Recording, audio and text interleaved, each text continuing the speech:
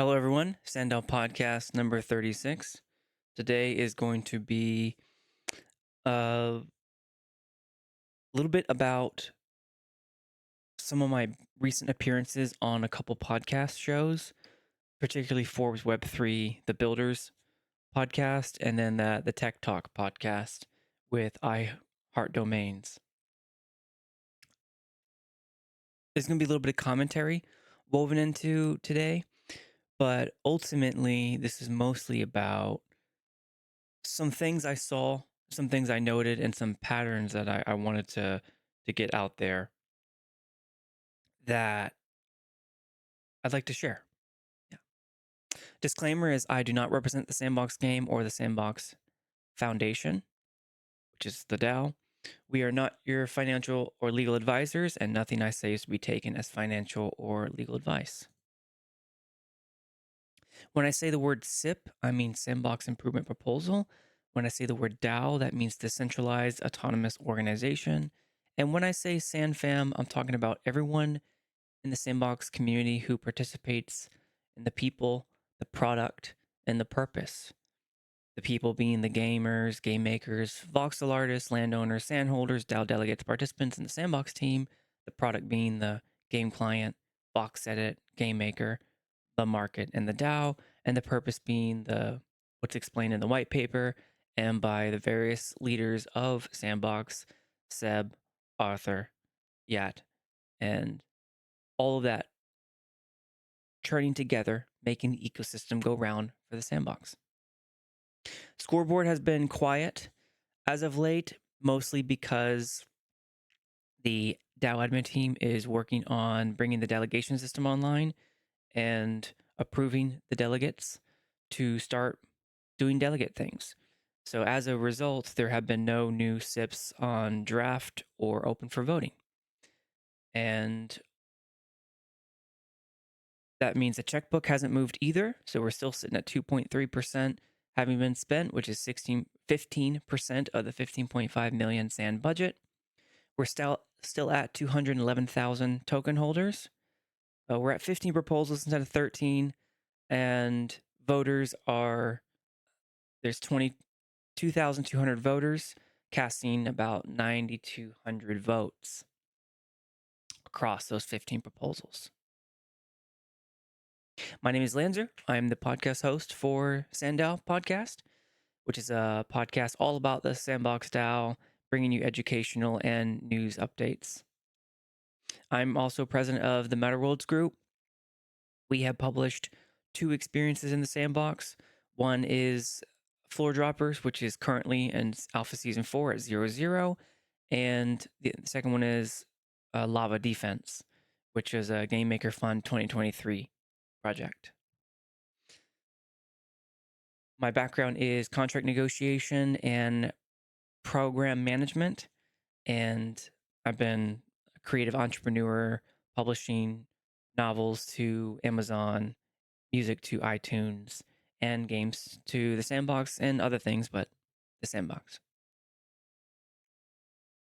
So we're going to focus our discussion on 2 things that I mentioned in the beginning. There's Tech Talk with WenAirdrop, also goes by I Heart Domains, and there was a podcast. It was October 16th, so it was a couple weeks ago now, a few weeks ago, and he did a podcast with me and another and a guest, and it was called Exploring the Metaverse, Digital Identity and Opportunities in Virtual Communities. So he and I did a podcast on SANDDAO not long before that, and it was podcast 29, and it was all about the digital identity as well, but spoken from the perspective of spoken from the perspective going back to this space to talk about this, but one of the things that we were theorizing, like it wasn't of really a digital real identity community, but we from were how does speculating identity on work within the because like Sandbox at the and so on and time so forth. Hey, uh, Creator, how are you it doing in may the have chat? been Appreciate And if you my memory stopping serves me by. correctly, uh, when the profile So that right there is podcast 29. But then I went on his podcast to talk about his stuff for digital identity, and it went a lot different. So it wasn't a repeat. There were two totally different vantage points from identity, and mine was more from a mine was more from him asking questions about identity as it pertains to the sandbox, and then this one was about digital identity as a whole. And so you can find it on YouTube. We'll be referencing it a few times, but you can find his channel on YouTube, and it was called Exploring the Metaverse Digital Identity and Opportunities in Virtual Current Communities. That one right there. The second one was Forbes Web3, which happened the day after on October, I believe it was October 17th. And that was the Builder Community Round 8. And the Builder Community Round 8 was with Manny and Jack from Forbes Web3 team, where they interviewed community Forbes Legacy Pass holders, and I happen to be one of them. And we talked about various things, and we'll go over that. So those are the two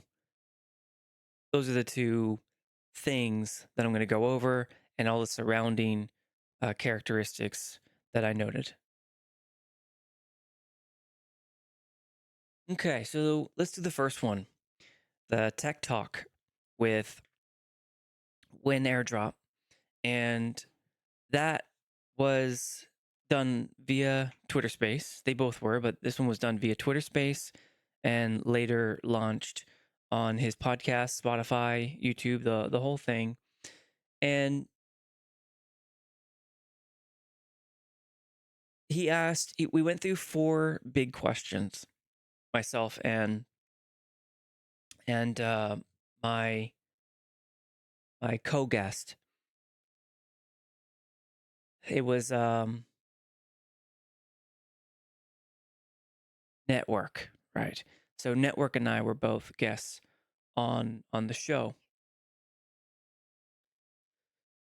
So there are four main questions. Question one was what they asked me was, how do you introduce a sandbox and how do you describe it? And I get this question a lot outside of the sandbox. I'm I'm involved in a lot of different DAOs. I'm involved in many different Web3 communities.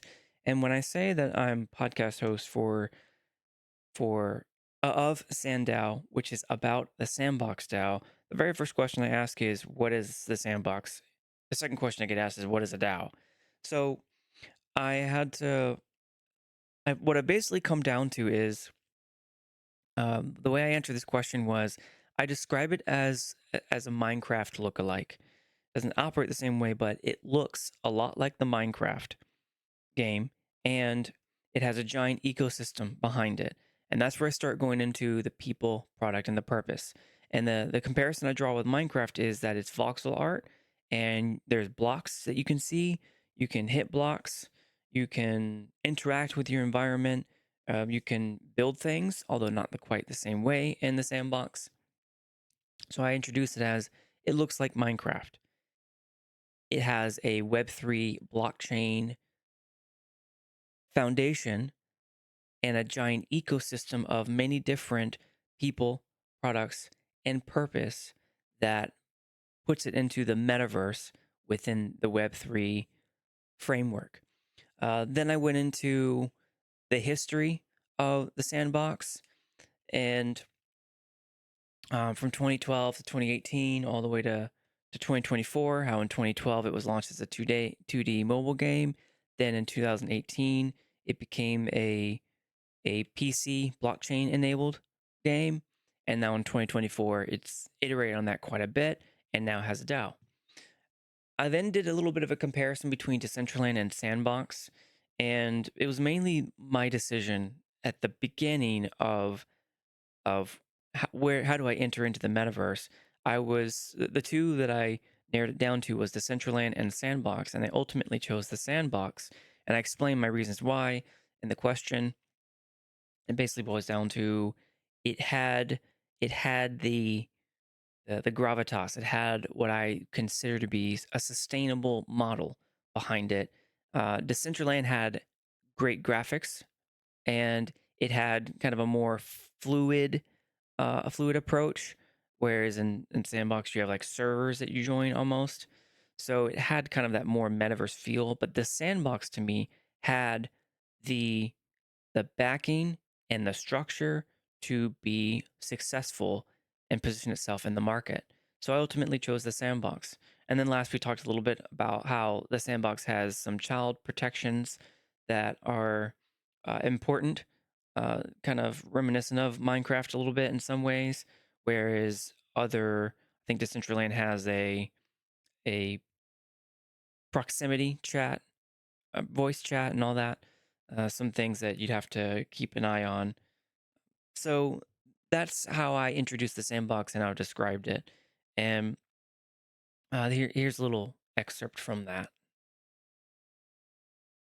Oh, how would you introduce them to it or to the sandbox? Like, how do you describe this to them? That's a great question. The way I normally describe it is sort of the way I introduced it in one of the pinned tweets.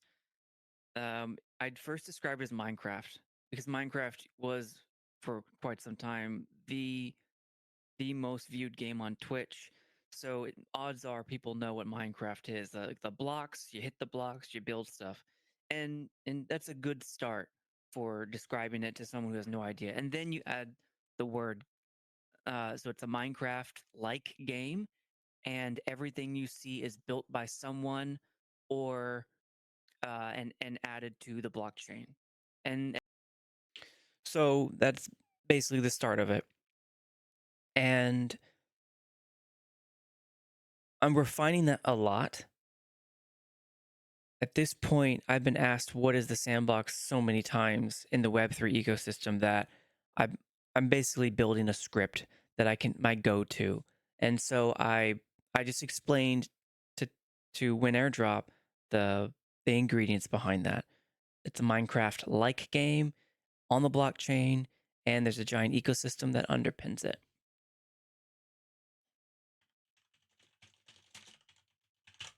So the second question was, what can you do and own in the sandbox? And this this is what really where he wanted to get to. When airdrop is very much into domain management, so identity is a big thing to him. And we talked about this a little bit on my podcast with him on SANDDAO, but on his podcast, he wanted to know and his audience. I think there are about 50 people in his Twitter space.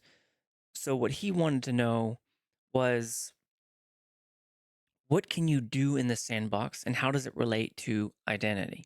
So in this case, what can you do and own? And that's where I started going into how almost everything is an NFT and how you can almost own everything in the sandbox.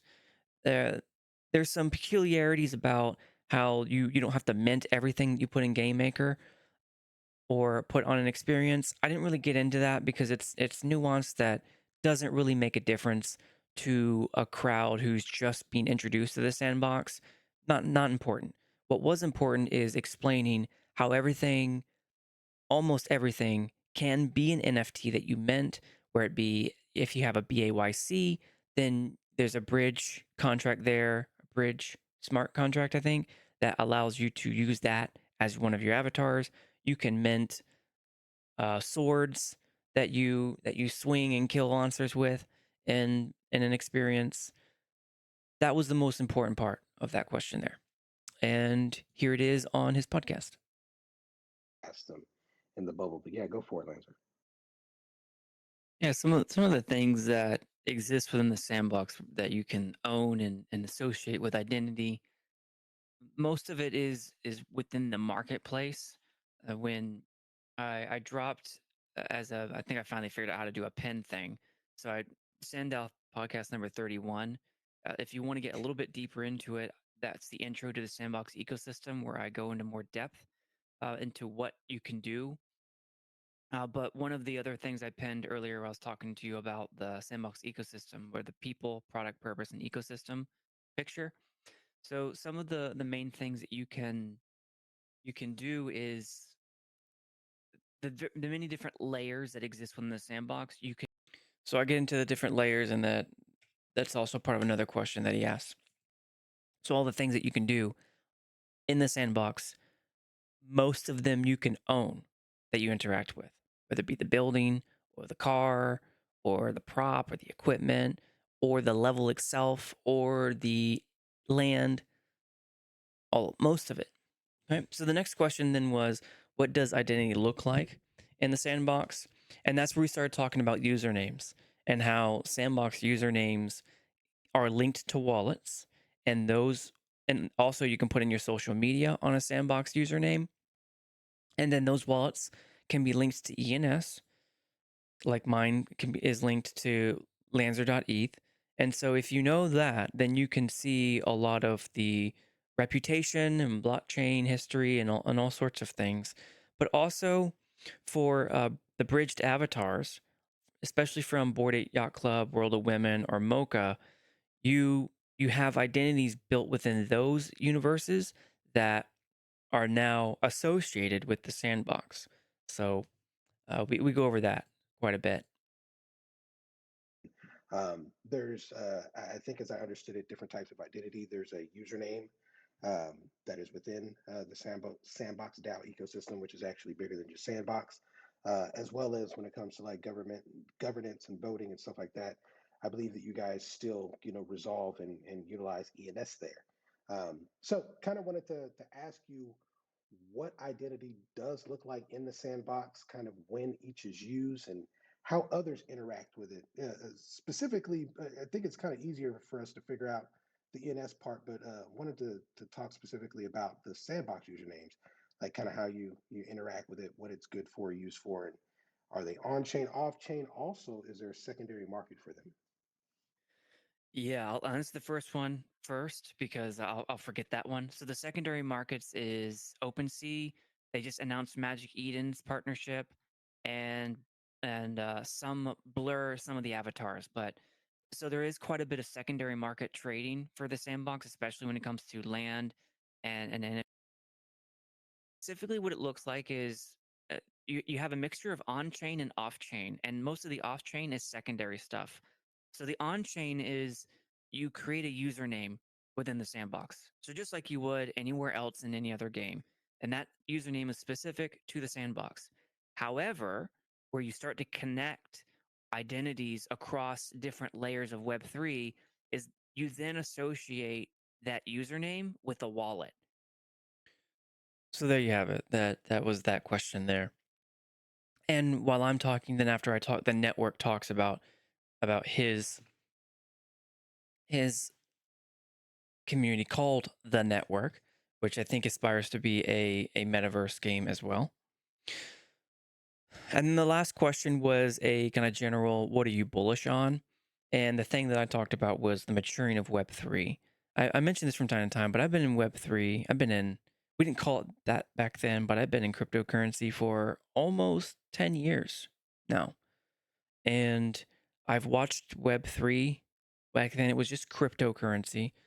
I watched crypto mature into Web3 and progress from a more, I would use the word militant, a very aggressively, don't tread on me. I'm going to be anonymous. You don't have any right to know who I am.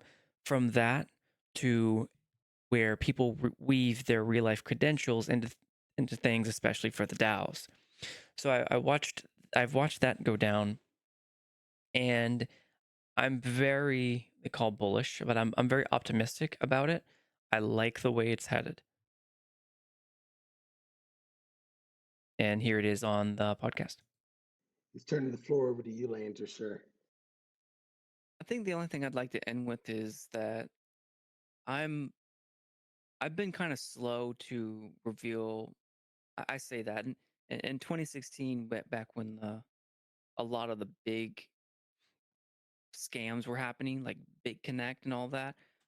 And here's where I talk about a little bit of my history, but I'm going to skip over this part because it I cover it in Forbes Web3.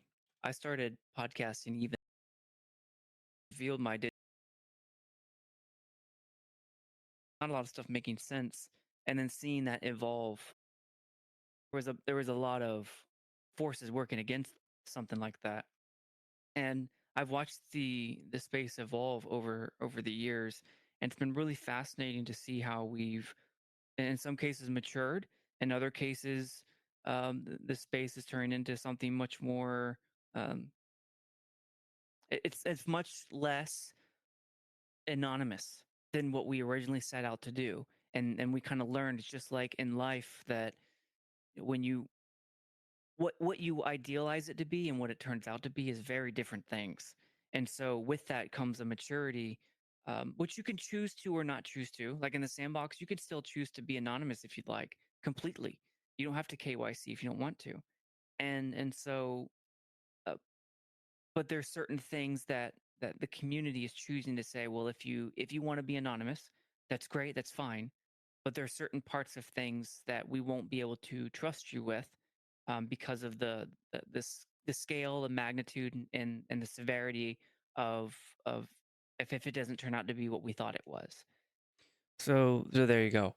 And that was a direct reference to the real life credentials that are being brought into the DAO when people want to have a ask for big dollar projects and show their resume to put some skin in the game and show people that they are real.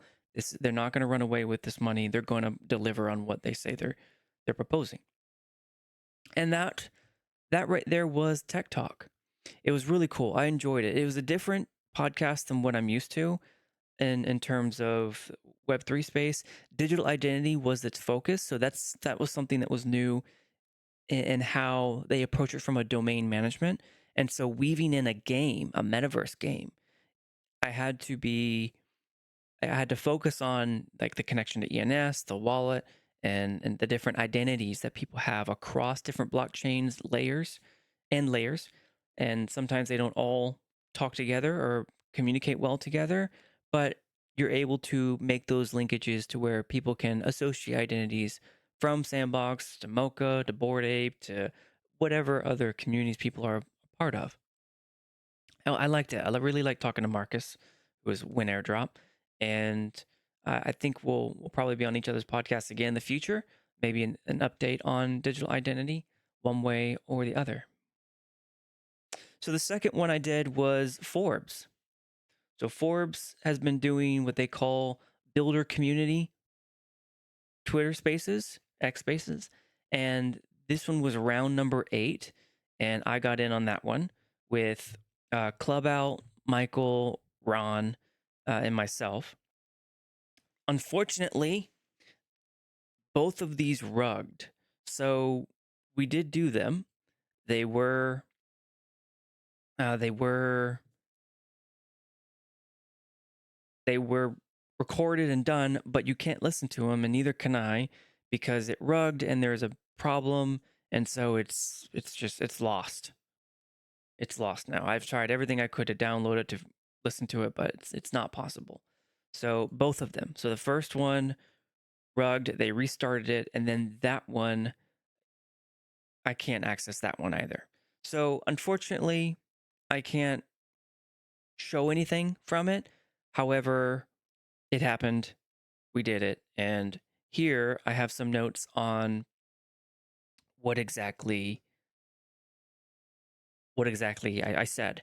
So there were 4 questions that were asked. And the first one was a basic background and introduction. And I liked this one a lot because Manny and Jack sent out read aheads. So they sent out a PDF with here's the agenda, here's the questions you can expect to prepare for. So I had some time to think about how I wanted to do this. And I knew this one was going to be well attended. This one had over 90 people in it. So it I mean, it's Forbes Web3. So it attracted a lot of attention, and I was very happy to do this. So the first question was background and introduction, where they said, let's start by hearing from each of you. What were you doing before Web3 and what brought you into the space? So what I explained was that before Web3, what I did, quote unquote, was kind of it's been you can segment it into 3 or 4 different buckets. There's my professional life, my gaming life, and my creative entrepreneurship life. So my professional life, I mentioned in the beginning when I did my introduction, I write and wrote contracts and negotiated them for about 13 years. So I bought everything from pens to airplanes, and I negotiated with Fortune 100 companies. I've signed many, many $1 million contracts, and now I'm currently a program manager for a fleet of aircraft, and that program value is over $1 billion. And so I have a lot of experience in legalese stuff and negotiation stuff, cost, schedule, performance things, leading teams toward product and services, and that sort of stuff. So that's my first bucket. My second bucket is my gaming life, where, and I linked some of these things. Um, I started podcasting in 2016 when I looked back to see when my first one was.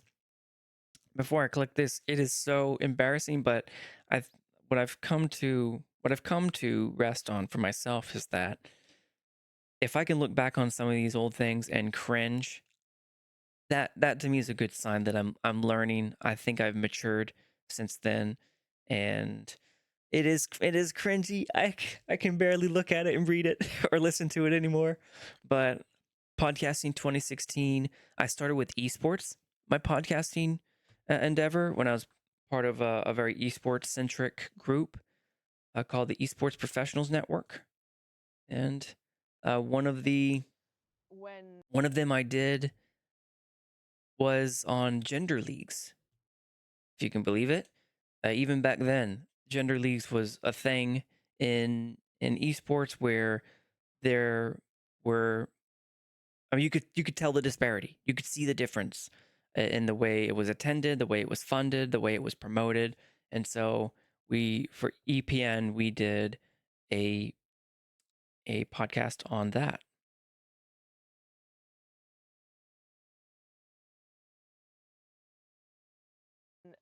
when this runs up to the very highest levels, you can see why gender league tournaments are very appealing for women, at least in terms of getting their foot in the door, or getting to practice and play in an atmosphere. This is Isabel Davies. There's also Carly Morgan, and they're talking about their observations in gender leagues within the esports, whether it be MLG or ESA, Electronic Sports, or ESL, Electronic Sports League. That is a lot more tolerable, in the hopes that one day that the doors to perhaps mixed leagues will be more open. And that's not to say that there haven't been examples of mixed teams already, in esports, which I guess is more on the gender integrated league part, and perhaps come back to that and do gender segmented first. Okay, fair. Thank you. Harley? Yeah, I mean, Isabel absolutely nailed it. And this whole cross examining thing that she talks about is what I refer to as the gauntlet of justification, where before a woman can even dedicate her time and energies and attention to playing a game effectively at the highest level of competitive skill, she has to face this barrage of questions about why she's playing and demonstrating her knowledge of the game and a very highly literate understanding of the game mechanics and the metagame. So, so even then, um, podcasting, you can tell very, very early version of my production quality. I've since upgraded, but that's how I started out. You can see kind of like a green screen in the background, and then a blackout sheet in front of a window. I've got my boom mic with a cardioid up there, which is single directional, whereas now I have an omnidirectional mic. Different different things I've learned along the way to pick up, and now I've got lighting in the background, a little bit of depth to it and shadow. I've only learned to do that because, well, I've been doing it since 2016, and I think I've published how many? 70? About 70 podcast episodes at this point. Yeah. So I started out podcasting in 2016, and then I also was involved in a bit of esports governance. So that would be I kind of put my contract writing background to use there, and I devised a kind of like a UN of of esports. We called it the Electronic Sports Republic, and I basically crafted a whole business plan for with an executive summary, a structure, how the different parts of the league would function, and it's basically a way to work out how voting works and non-voting branches, almost like a DAO. Looking back on it, you can see the different assemblies and I wrote up a bunch of bylaws and how they would contribute to the regulations, and I spent a lot of time on this thing, so much time. We didn't end up implementing it, but then all of this ended up being foundation for later things in life. So it was great experience late either way, and it was back in 2016 I wrote this. So yeah, so this right here you could probably apply to a DAO nowadays, and the way it's written and works, and there's a charter and whole bunch of stuff. Even conflict of interest.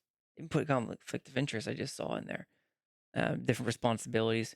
So I was in podcasting, esports governance, content creation. So I was pretty big into the PlanetSide 2 MMO FPS. If you don't know what PlanetSide 2 is, it's kind of like Call of Duty or Battlefield, but instead of 50 players on one side, there's 5,000 players on one side. There are 3 sides fighting at the same time on a map that is like 20 miles big, and then the match never stops. So you're constantly fighting over territory, and the game never ends. And so I did quite a bit of content creation, fighting off against something. Good player base. Looks like a good days, good times. It was so much fun playing that game. But I've since cooled down from that. It's a player base for about for about a year now, because of the way the game it started winding down, and so my motivation and my ability to play it has winded down as well. Although, we could always go back to it. It's still there. It's just not, there's no longer 5,000 players playing on each side anymore. It's much lower, like under 1,000 total versus 15,000. So a lot's changed since then. But this one was only 2 years ago.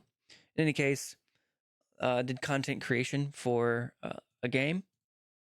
And then I'd say my greatest achievement was co-founding a community-led organization that ended up breaking a Guinness World Record. I am so happy and proud of our team that we accomplished this, because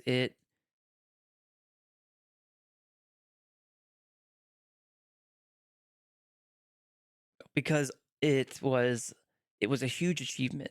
So just co-founding the group itself, which is kind of like a cross between American NFL and American ESPN. So it was like we created the tournament matches and we broadcasted them live, and we've done, I think we did maybe 50 or 70 matches at this point with over 400 players attending. And one day, and it's still alive. I just retired from the leadership of it. But back in 2015, we decided, what if we try and break a Guinness World Record? And we did. We organized over 1,000 players to break the record, and we helped set the match.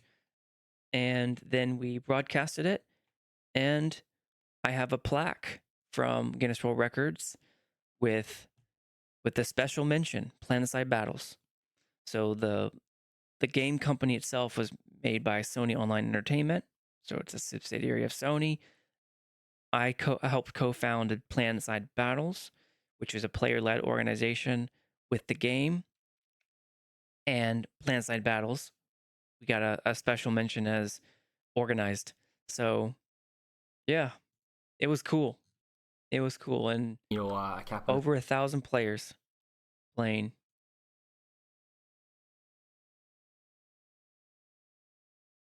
all together, which was not hard for the game to make, which is why it was kind of easy to just, break the record. It was just like another day for PlanetSide. We just had to make sure that it was recorded properly by the Guinness World Record folks. Holds attack on, we thought there's no way the NC are going to get this back, and somehow they've done it 2 or 3 different times.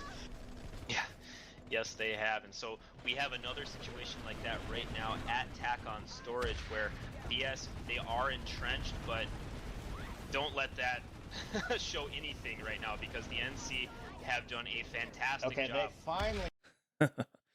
Oh, good times. Good times. So we broke a Guinness World Record with a player-led community that we co-founded, and it still runs today. The game still holds the record today, too. So that's my gaming life. Professional life, gaming life, and then my creative entrepreneurship life, which I've written novels and I've published them to Amazon. You can find them in Boston Public Library, on Walmart, and Barnes and Noble. And then I used to be a classical composer turned house music, and I created some house tracks and published them to iTunes. And then my latest was eventually games to Sandbox, which there we are, right in the middle.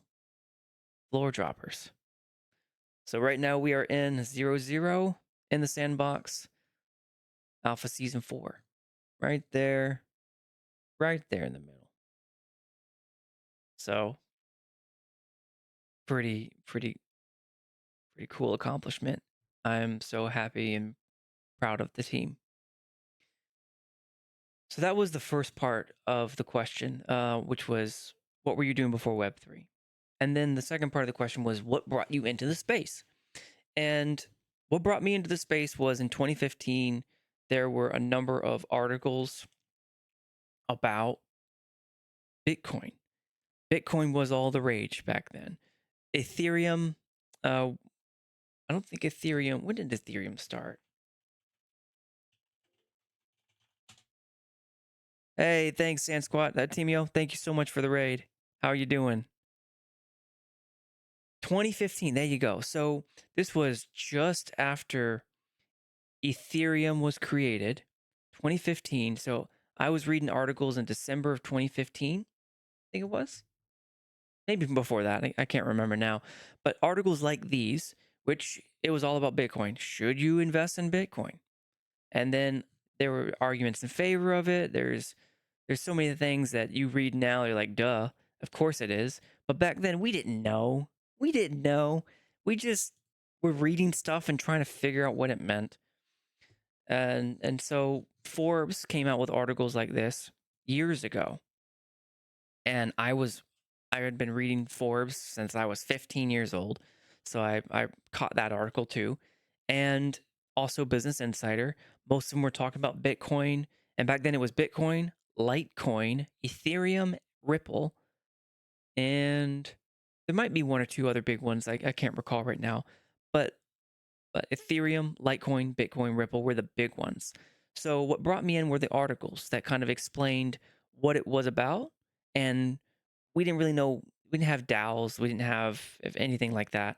So we just knew that it was a coin that you could have on your computer and it was worth some money. And maybe you could mine it if you wanted to, but there was a lot to understand about it. So I got in about 2015. And yeah, so I'm an old geezer at this point when it comes to Bitcoin.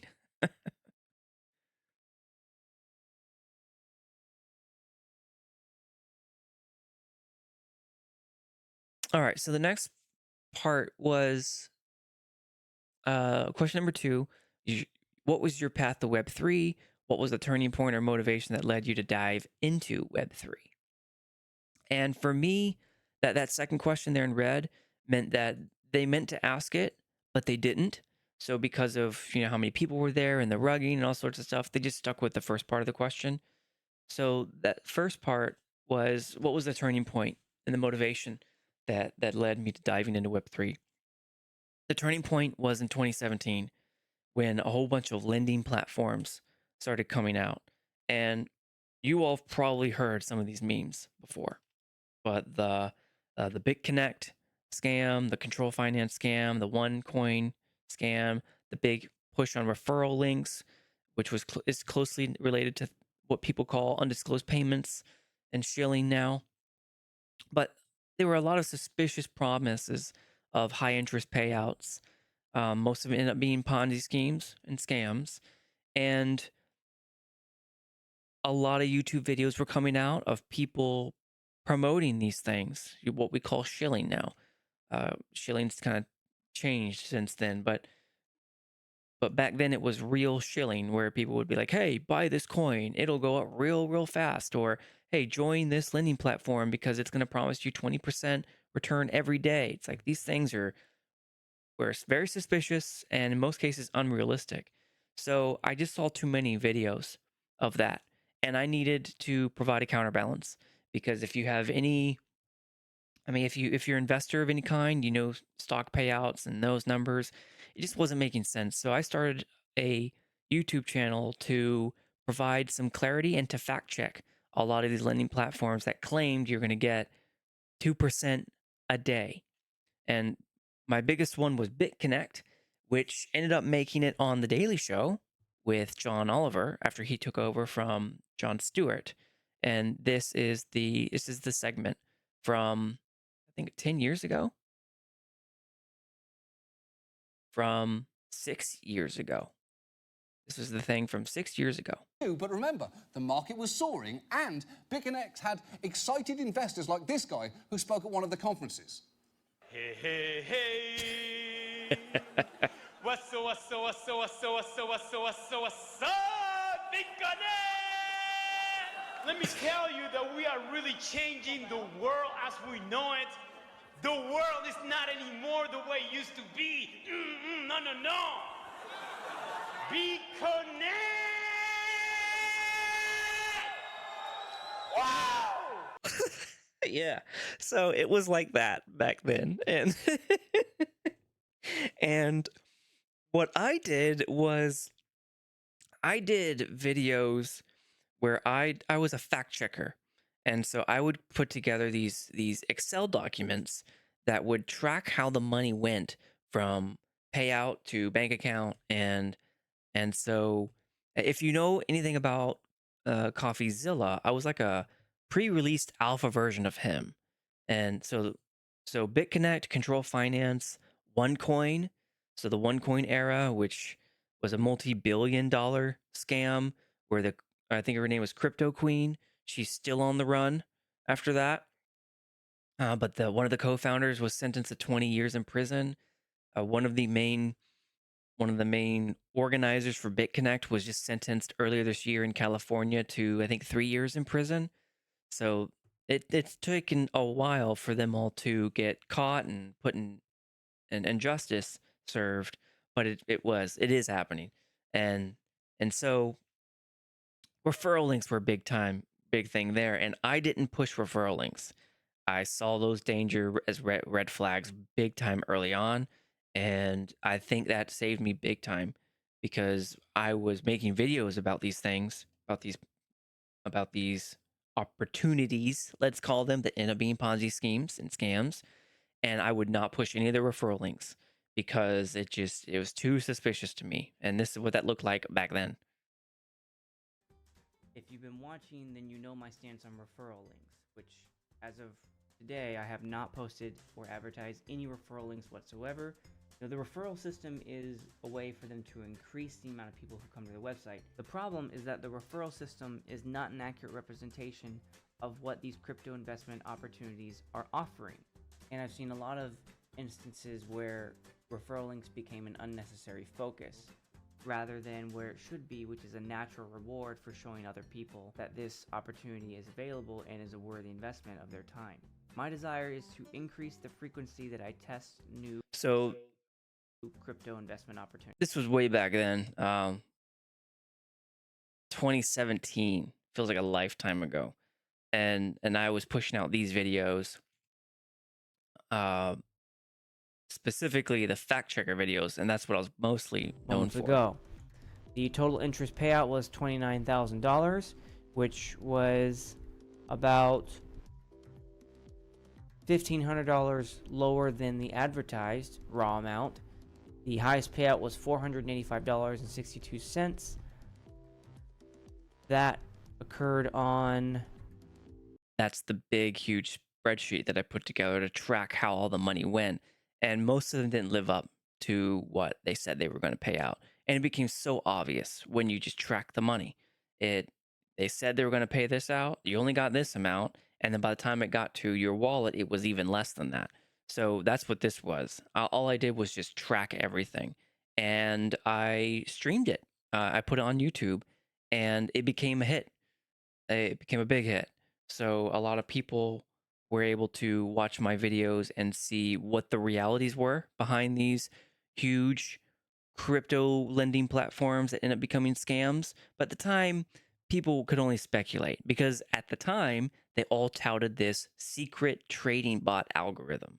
And no one had ever seen these trading bots, but these are the first time these things had kind of come out. So most people thought that it was plausible because trading bots, like the old gun bot, trading bots were a big thing back then. Trading bots is basically a computer program that buys you, that trades on an exchange for you, spots uptrends and buys, spots downtrends and sells. So, or vice versa, depending on your strategy and what your goals were. So these lending platforms came out promising high returns using trading bots that they say that they did wonders for and created things for. And so I did this tracker, which tracked the real return on investment if you were to invest money in it. And I did that across many different lending platforms. So yeah, that was what changed the game and brought me back into crypto after dabbling in it starting in 2015-ish timeframe. And like I said, I was an early version of CoffeeZilla, and coincidentally enough, CoffeeZilla, who's a world famous scam investigator, he recently got into crypto a couple years ago, scam investigating because of how much scam there is going on in crypto. And he's been on Lex Friedman, he's been on Joe Rogan, so he's really well known. But I was very, very much an early version of him, whereas he kind of tells a story. He's like a narrative storyteller, and me, I'm more of a analytical fact checker, and I bring the numbers to bear, and I'm showing the numbers of it promised 5%, it only gives you 0.2% in reality. I felt much more comfortable weaving the numbers together and calculating Excel formulas to show what really happens versus kind of storytelling on what I think was happening, because most of us didn't know what was happening. Most of us didn't know how to interpret it. You could call it a scam if you wanted to, but you really didn't know. Nobody did. Not until one of them got indicted by court system in Texas, and the whole thing imploded. Another one got indicted by, I think, the European Union or subpoenaed, and then that one collapsed, and then they all started toppling after that because people started turning their attention and their scrutiny to it. And that's kind of where FUD came from, by the way. A lot of FUD came out of stuff like that. But we'll talk about the dark history of FUD in a different slide. So anyways, it was CoffeeZilla. And this was CoffeeZilla coincidentally interviewing someone who was very important in the BitConnect community, Trevon James. He ended up getting indicted by the SEC. And Trevon James, one of the ways that I found out about BitConnect. So when I say people making videos about BitConnect and all this stuff that they were doing to promote, this is one of those people. And his name was Trevon James, and CoffeeZilla interviewed him to try and confront him a little bit about why he did what he did and all that.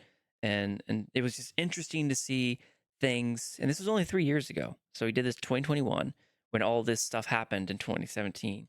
And so Coffee interviewed him, someone who I had seen around in BitConnect community while it was all happening. He was one of the biggest promoters. But you, listen to this part. This was the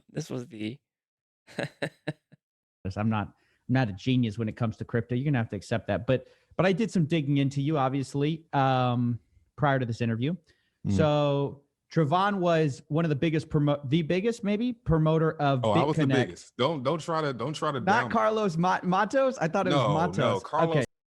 Carlos Matos, by the way, was the one we just showed. It was like BitConnect. Okay, that's the meme about BitConnect. That's Carlos Matos. This is Trevon James. Carlos was very So low. you screwed over a lot of people. A lot of people left hanging the bag. A lot of people left with the bag. A lot of people losing a ton of money. I'm just going to be real with you. Screwed. There you go.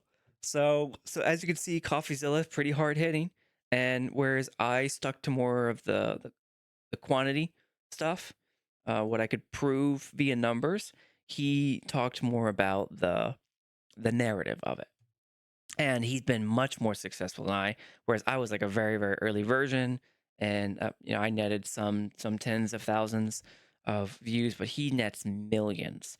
So I'm pretty, for the most part, I really enjoy Coffee and what he does. So anyways, there's that. And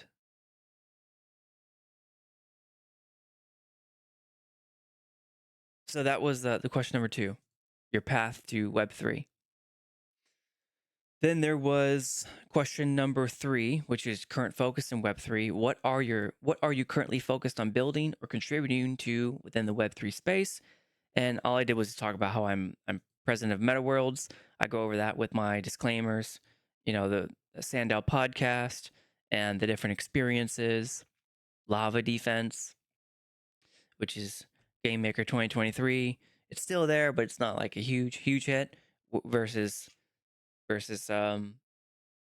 Floor Droppers, which has many thousands of plays now. And then all of our proposals that we put together. At this point, we put together 8. And SANDDAO podcast, which as of today is 36 episodes. We've done 36 episodes for SANDDAO podcast. So cool. The content really just makes itself. I love this. And then I talked about how does my previous work, how does my previous experiences inform your current work? I do mention this anyways, even though they didn't ask the question. I tend to look at project founders and how public they are a little bit more so because of what I just went through and went through with the lending platforms, scams, and implosions. So I look at the founders a little bit more. And if you go back to some of my videos for cryptocurrency fact checking, you can see how I investigate the website and how I note the red flags along the way, and how it's just some of them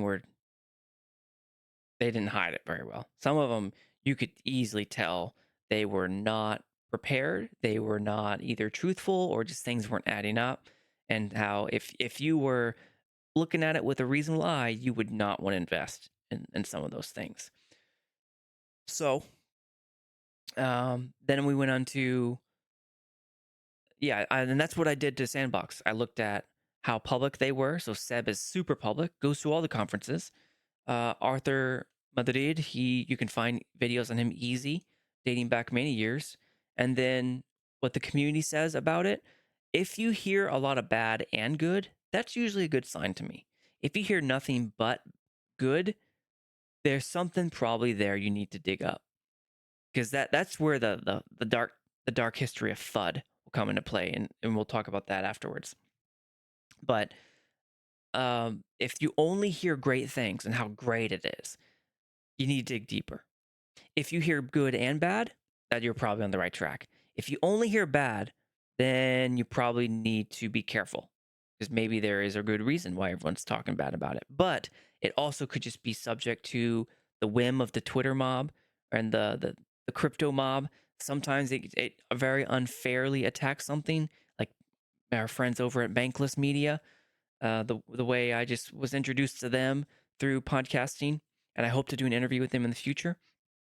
And the Bankless DAO, which is now I think called Black Flag DAO.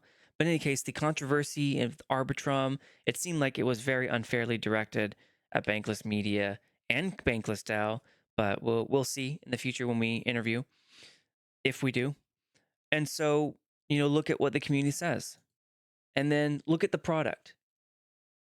In this case, for Sandbox, when I did my own little inspection of the Sandbox, right away you can see all sorts of stuff.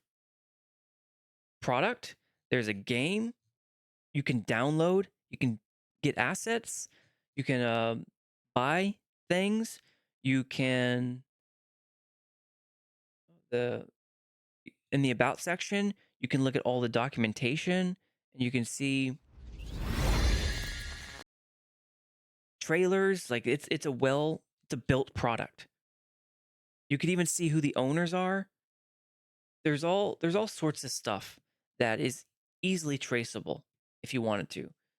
Very different from 2017, when most of these things were incorporated in countries that didn't do much verification, and so that was already suspect. And so my experience there brought me a lot of tools that I use, and a lot of things I use to judge projects by. And then question number 4, join the Forbes Web3 community. What made you decide to join Forbes Web3 community, and what do you hope to gain or contribute through your involvement? And for me, it to me was a no-brainer with the Legacy Pass.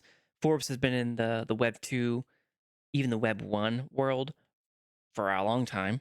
Forbes, to me, I saw this as a good faith effort by Forbes to dip their toes in. And we since learned in one of their latest Twitter feeds or Twitter spaces about DAOs, coincidentally enough, how Manny has a team of 10 and they're fully committed. They're not just dipping their toes in. They have a whole department of Web3 that is dedicated to Web3 and Legacy Pass and the furtherance of integrating into Web3. So I see it as a good faith effort by them. I don't think they're going to rug. And for me, I want to be a voice of integrity and progress. I want to help build things. I want to talk about the things that we can do well in, that we do well in. I want to talk about the things that we could do better in.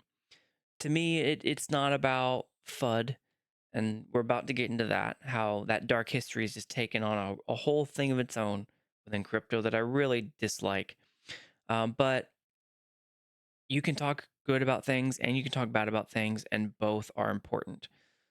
So I want to apply my professional skill toward the DAOs, specifically to the Sandbox DAO, because I'm so invested into it. And I'm going to be running for Sandbox Special Counsel. So, yeah. There it is. So the next part, what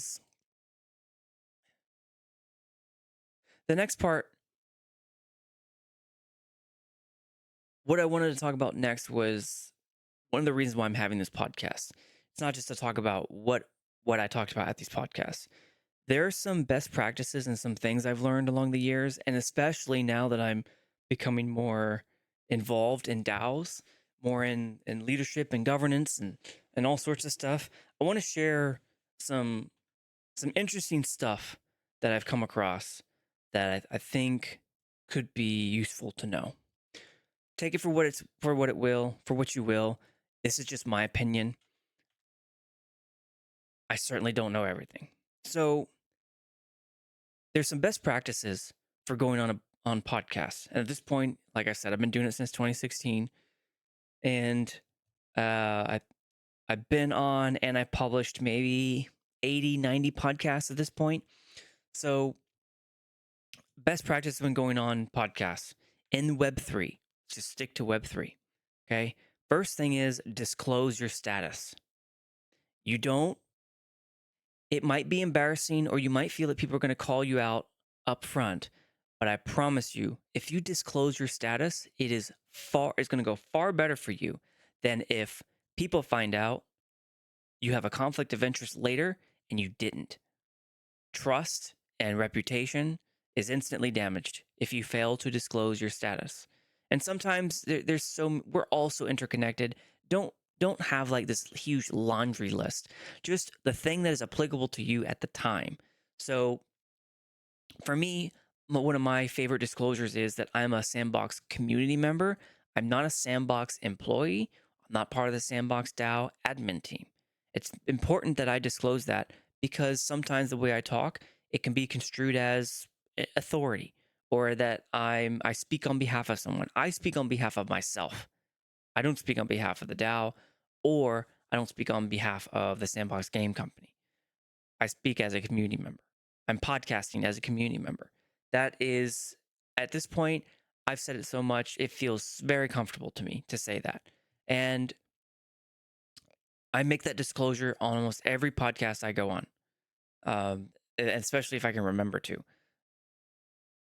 It's important. If you are talking about someone and they are paying you or they're your best friend, disclose that. It will go far better for you in the long run. I promise. The second thing is always disclose if you're being paid for your efforts.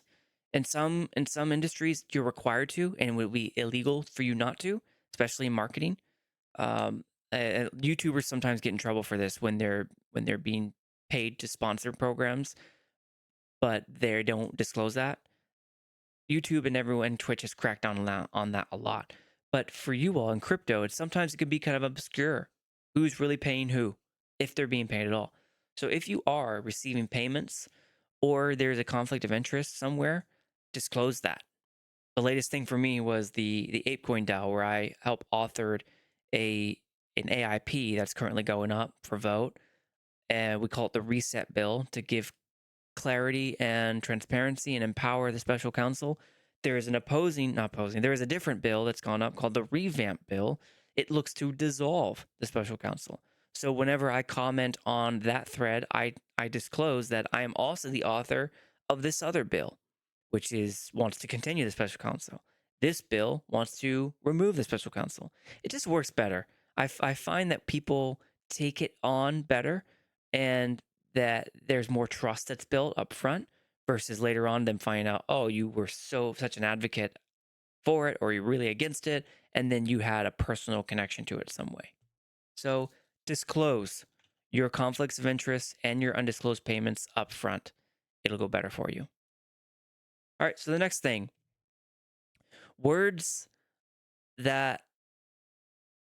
use words that a majority of people are going to know. You might think you're sounding really smart or that you gain a lot of credibility by using all of these nice big words, but in the vast majority of times, you are you're just confusing people. And while they might think that you know what you're talking about, I don't think they're going to fully trust you. And it's just my sense, like I said, my opinion. In the end, the people who can communicate more clearly are the people that people listen to mostly. So use words that people know.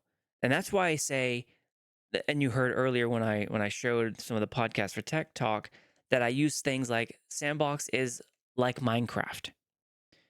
People know what Minecraft is. So many more people know what Minecraft is than know what Sandbox is.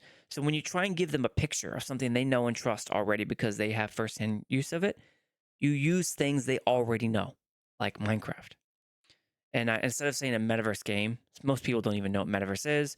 When you say metaverse, people think of Ready Player One, and they think of Facebook's VR headset. So use Minecraft like. It tells them where they are in their brain. And instead of saying Sandbox Game Community, instead of saying SandFam, say Sandbox Game Community. It puts words together that they can associate with. Sandbox being the thing you just told them about, game being a game they play, and the community being a social network of people. Instead of saying SandFam. So I say the Sandbox family, we call ourselves SandFam. It's basically a Sandbox game community. Done. Easy. Instead of saying Vox editor, say artist. People know what artists are. Instead of saying game maker, say level designer. People know what level designers are because of game development. They don't know what a game maker is. It's too nebulous. Maybe a maker of games like EA Sports? Maybe, but most of the time you're talking about the person who installed the game maker program using box art to weave together a level. Level designer. Just say that. And then digital real estate, say that word instead of land. Landowner has too many different places it could go. So if you say digital real estate, that puts you in a very, very particular box that you can then build on in explaining what a landowner is. And instead of saying Web3, most people don't know what Web3 is. Even crypto people, those who have been in the game since 2008 when the white paper launched, I think, or when I went in and the bull run of 2015, I didn't know what Web3 was until earlier this year. Web3 is a new concept, a brand new concept. Most people don't know what Web3 is, even in the crypto space. So if you say things like the next version of the internet, then they start to place where it is in the terminology and the vocabulary and the framework. Again, this is all just my opinion based on my experience. Take it or leave it, no problem. And then let's get into translating terminology. So this is more particular to us in SandFam and Web3. You got to translate terminology, not just to Web2 people, but also to other Web3 people. Let's first talk about the word rug. So rug is a term I had never heard before until the last couple years. Before, we used to even crypto people.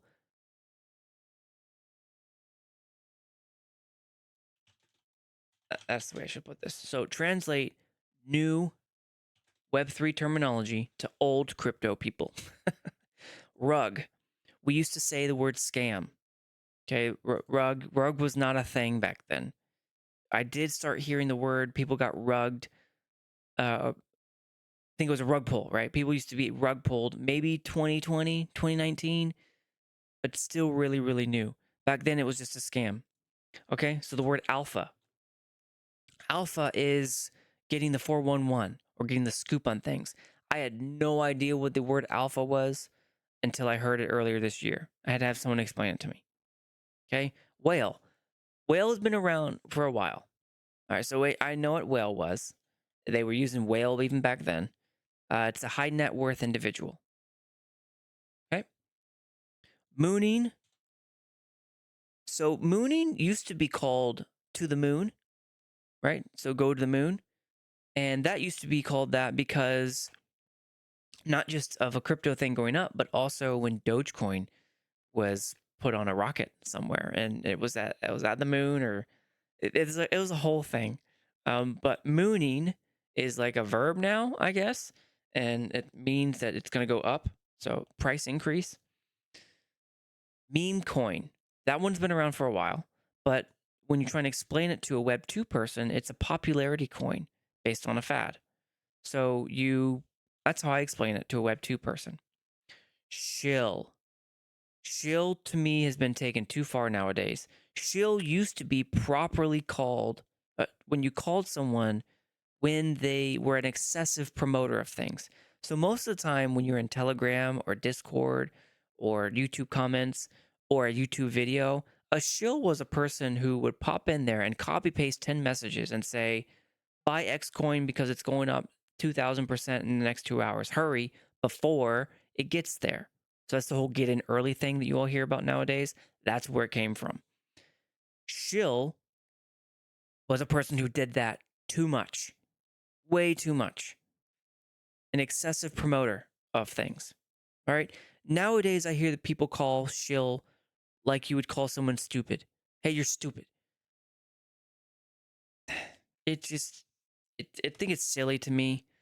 I got called a shill once for posting a 1-hour interview on a Discord channel or in a Twitter feed. I think it was related to what we were talking about in the X space.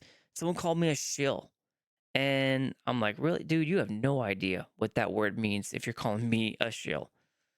A well thought out interview of thought and long form content. That's ridiculous. But shill, that's what it means, an excessive promoter. Then you start getting into kind of the acronym soup. FOMO. Fear of missing out. FOMO, so fear of missing out.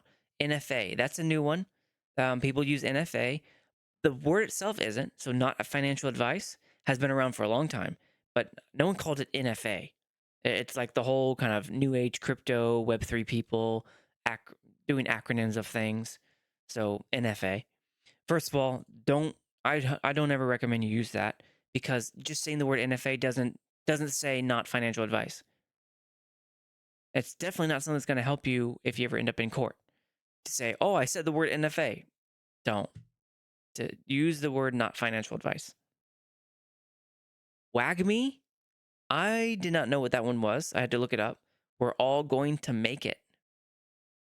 We're all going to make it. WAGME.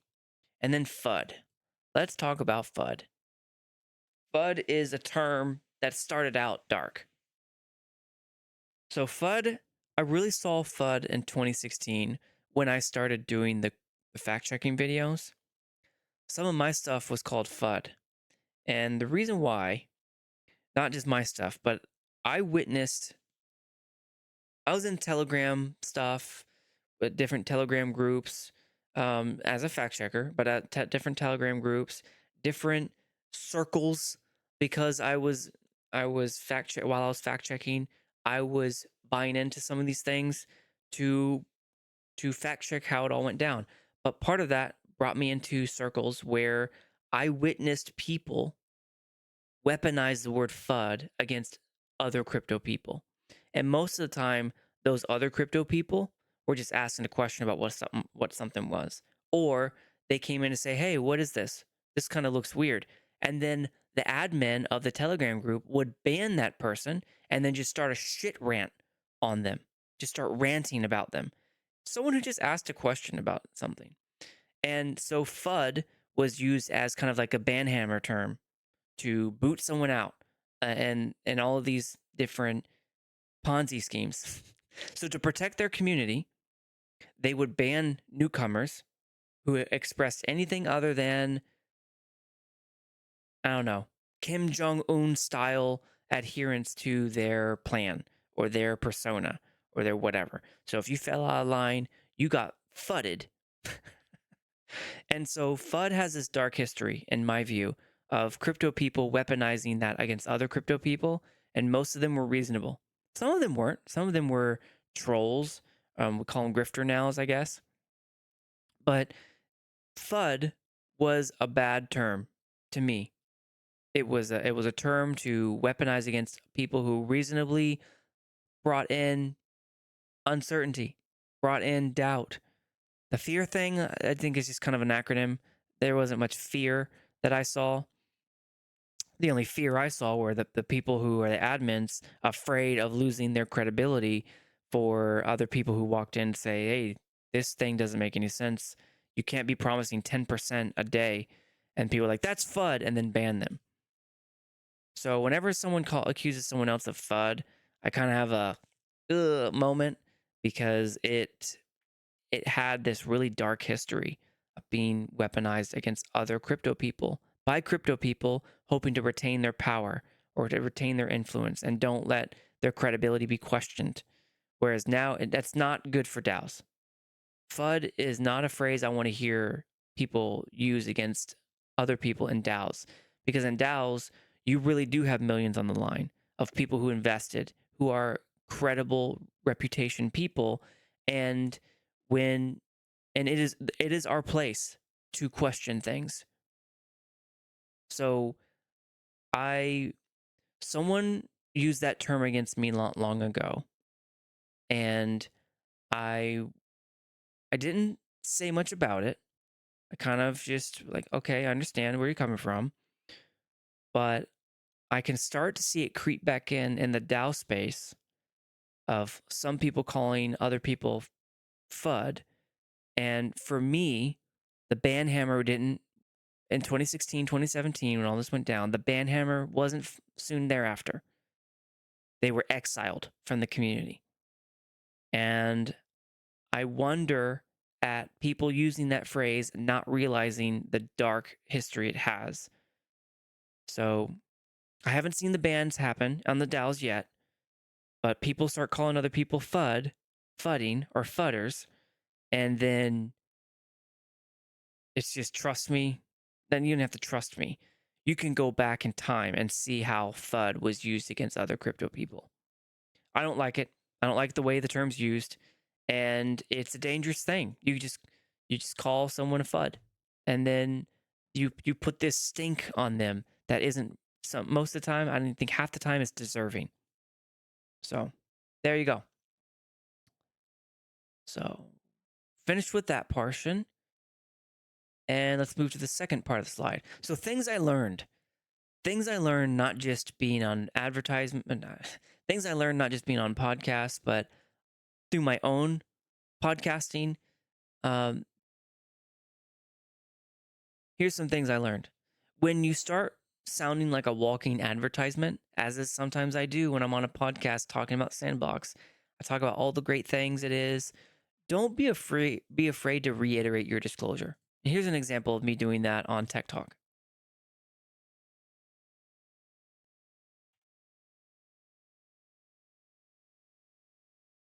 I think WenAirdrop and Network mentioned, their kids. Sandbox is of the two the more kid friendly version. Just the way it looks, and then the way it's moderated and protected. So there's no voice chat that you might find in Call of Duty where you have to police your kids and that sort of thing. There are in-game moderators that kind of check to make sure that conduct is healthy. And so they kind of police that a little bit more so. And so it looked to me the most inviting of the two. And then the ecosystem behind it was just enormous. So that's the way I kind of introduced the Sandbox. I'm by no means a spokesperson for the Sandbox. Like I said, I'm just a community member. I'm someone who's passionate about existing. I own land, so I've bought land. I've published experiences like little mini games to the Sandbox that people can play, and I believe in the vision and the mission of it, and I want to be a productive community member to where we make it better.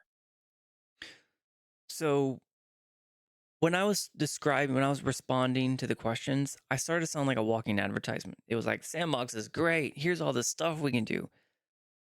And there was a point in time when I felt it was needed for me to reiterate my disclosure that, again, I'm not a Sandbox employee. I'm not a DAO person. I'm just a community member.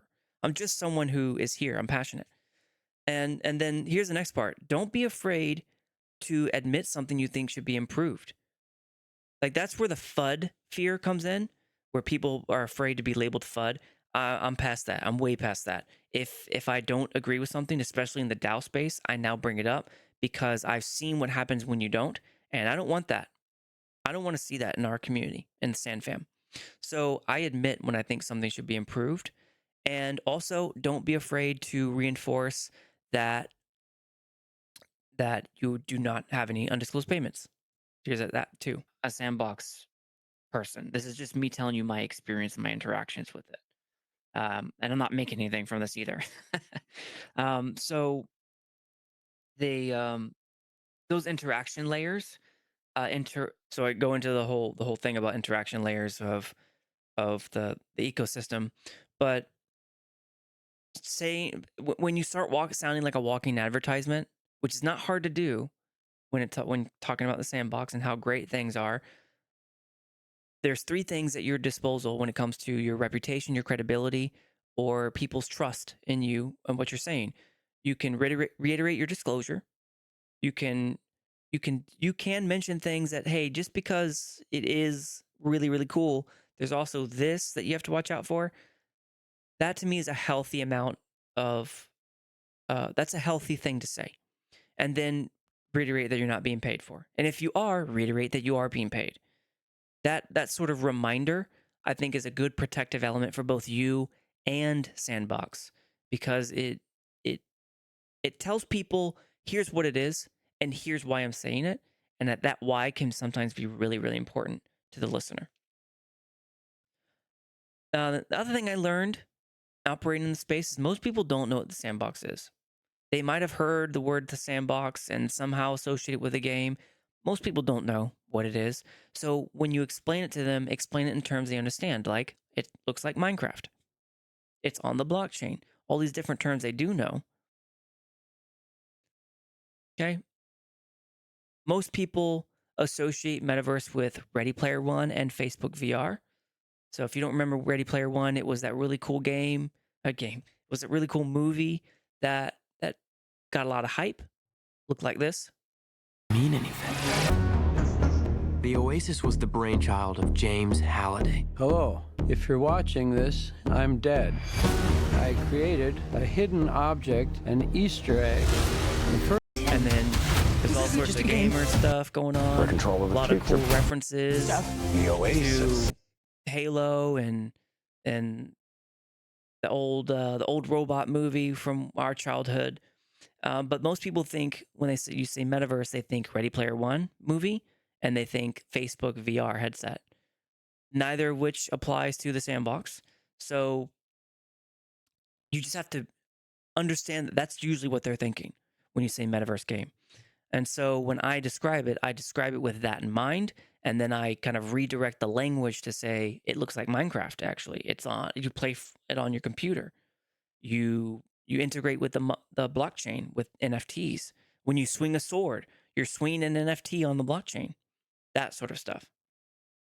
And then when you're talking to a Web 2 audience or even a Web 1 audience, most of the time I found that they have a negative or neutral perception of blockchain, NFTs, and cryptocurrency.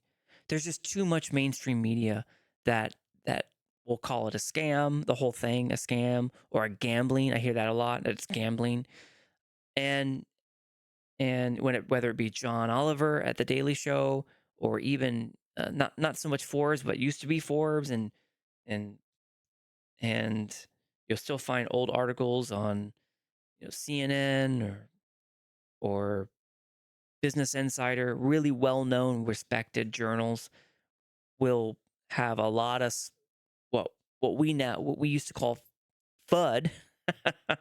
There's that term again, and you could see how complicated that term can get. But most Web 2 people have a negative or neutral perception of our industry in Web 3. So that negative publicity is something you have to either address or talk clearly through.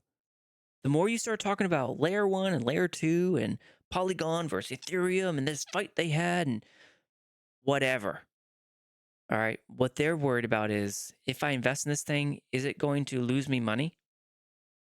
Why should I even get involved in this thing? Digital property ownership. Why is that important to me? The way Yatsu describes digital property ownership in his TED Talk, I've done that. I've showed that in a previous podcast, is phenomenal. To me, I'm taking notes on how to describe it in a way where you look at your doom scrolling on TikTok as you're giving labor to the algorithm of TikTok. You're giving them free data, which they then turn around and sell and monetize. You're not getting paid for that at all. Whereas Web3, it turns that around. You're able to start making money off of your efforts, your play to earn sort of thing, play and earn. So the negative publicity around the scams and the fear around the regulatory things with the SEC and the Wells notices and the Howey tests, all of that creates a negative or neutral perception of the Web3. So that's just something that's a fact. It's just known whenever you operate in those audiences that they will, that's what you're talking around. Okay. And so how do I end with, how do I describe the sandbox? My most recent explanation was likening it to a mall, and I came up with that one kind of on the fly during Tech Talk, and I really liked it, so I wrote it down so that I can explain it that way in the future. But it went a little bit like this. So that's the very first thing: is what you play on is owned by someone. So like your building, when you walk into a building in a mall, that mall is owned by someone who owns the land. the mall that you walk into, the building, was built by someone, uh, most of which is minted on the blockchain somewhere. So the tree that you're looking at is a doesn't have to be, but a lot of the times it's an asset on the blockchain. The chair that you sit down on, or the walls that you see, all of it was built by someone, and if they choose to, they can mint that on the blockchain. Then also the sword that you swing, or the shoes that you wear, all the equipables, the props. Those were designed by an artist who could, if they choose, also mint that on the blockchain. And so you have these different interaction layers. Even the avatar that you walk around with, like I mentioned earlier, World of Women or Bored Ape Yacht Club. If you have any of those avatars, a number of them have I don't remember what they call them, like a bridge, where if you join the Sandbox game, a lot of these avatars that you have, odds are you can probably use at least one of them free, so you're not paying anything extra. Or so there, I described it like a mall where the land is owned by someone, the the stores, so the experiences are owned by someone, the what is built around the buildings or the equipment or the assets are all built by someone. And so I described it like that, and I think I'm gonna make it better, but I like the way it came across, so I'll probably use that term again. And then the next thing is I describe it as an ecosystem, and nowadays I have a slide on it. So this slide, oops, too zoomed in. So this slide right here, the people, product, purpose. I go over this every slide, every podcast now since podcast 31, where I introduced it. But it's new. Before I was just talking it through, and now I have a visual to show people. So the ecosystem, I talk about how there are multiple types of people and career fields within the sandbox. So you've got developers, you have business people, you have entrepreneurs, you have designers, artists, you have speculators, so people who buy sell, brokers, all sorts of different types of people in the sandbox, and they all contribute to the ecosystem of a functioning game. And that's how I do that. So cool. I think we might be done with the podcast. We went through the tech talk questions. Those are done. We went through the Forb questions. All right, so tech talk was on October 16th with WenAirdrop. After doing a podcast on mine, we did one on his, and the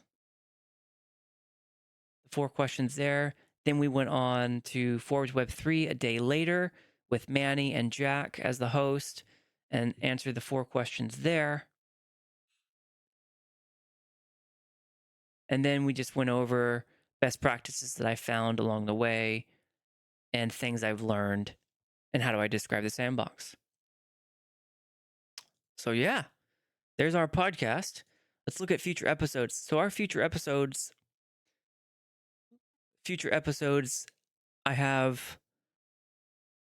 we're done with 36. So that one's all done with now. The next one, though, is going to be tomorrow, Monday. So episode 37, I'm going to be doing an interview with a writer from DAO Times. And I ran across them while I was researching one of the podcast about the birth of Sandbox, and also ran across them when writing the AIP for 8.DAO. So I'm going to be interviewing Clement, possibly one other writer, and we're going to be talking about lessons learned that they've seen in different DAOs. Then I'm going to be doing, before the end of the week, I'll have prepared and finished my podcast episode on the Sandbox DAO Constitution, the Articles of Incorporation, and the memo, all of the founding documents. So I'm going to be looking at that and all the questions and stuff I have from there. Then we're going to be doing a follow-up of Magic Palette with Pepe, coming up really soon. And then I'll start into my series of the Sandbox ecosystem.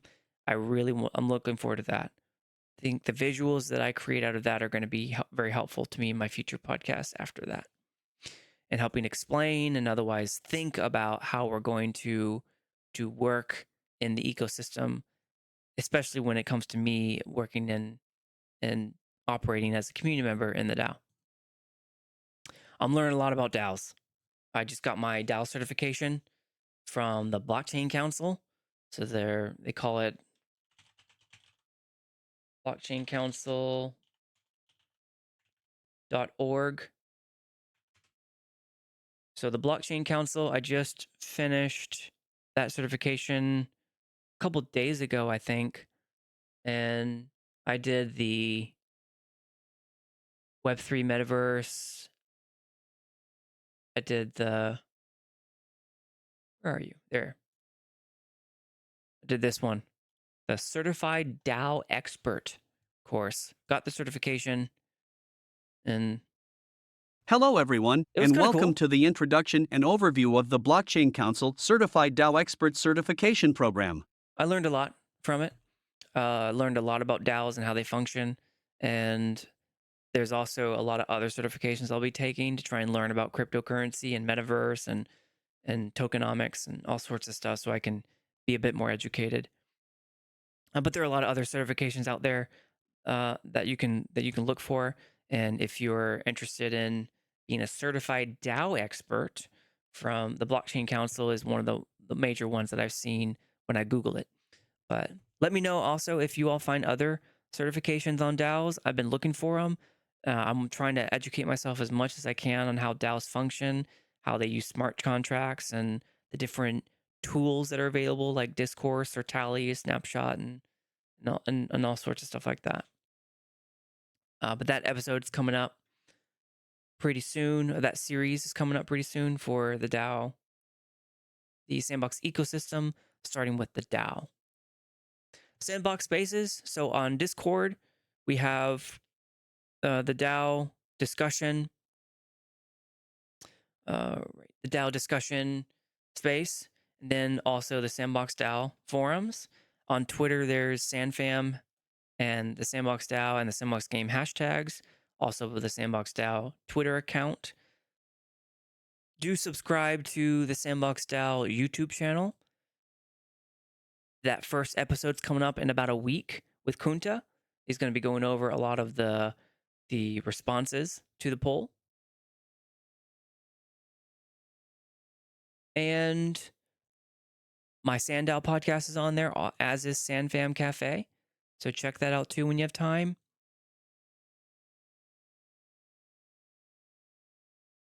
For Twitter and X Spaces, you've got Mochaverse Hall, also called United Grand Halls, on Monday. You've got Bowls on the Block on Saturday, Coffee with Captain Monday through Friday, and Natively Digital with Whale members on Tuesday. They also just launched their DAO, Whale members, and they are one of the biggest landowners in Sandbox. So I currently have a proposal with the Whale DAO for them to vote on every Sandbox proposal, whereas before they haven't been voting. So we're trying to get them integrated as members to help with quorum.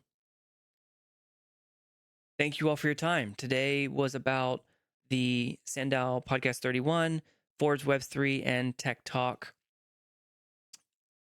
podcasts, and the different lessons I've learned and the history. Actually, it turned out being a history of myself as well. So thank you all, and we are now going to raid.